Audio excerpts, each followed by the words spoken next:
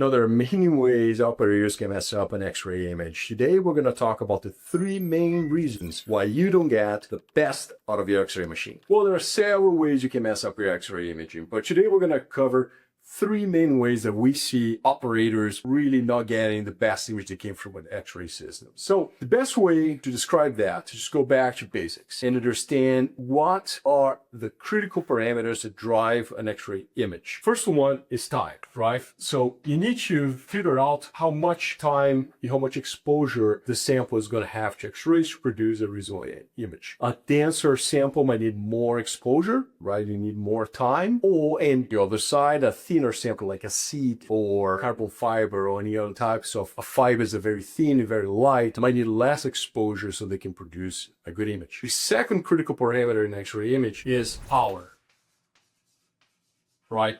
You need power to be able to penetrate thicker samples. So for example, a piece of steel, a piece of titanium, something that's really dense will require higher power and might require more time for exposure. So not enough time or too much time and not enough power, too much power are 2 of the critical things we see here all the time. People just messing up and not getting good at X-ray image with a piece of equipment that otherwise would be able to produce an awesome image. The third one is, you know what it is? Well, distance.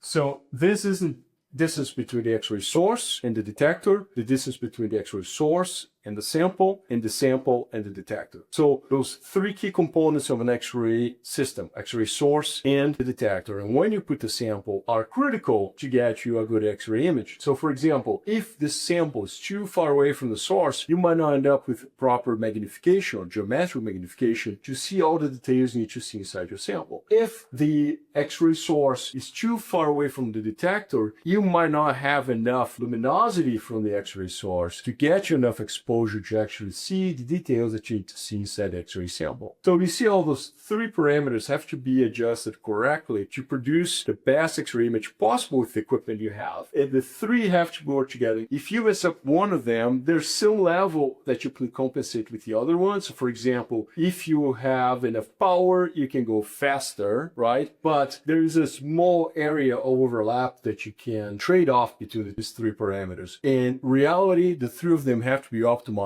to the sample that you're trying to image. So I hope this introduction was helpful. Don't forget to subscribe. And again, if you have any questions, give us a call or just leave in the comments, because all of these videos that we make, we use comments and feedback we get to get you the next topic to hopefully help you produce better X-ray images and see the failures, see the issues that you have with your samples. So thanks for watching. Till next time.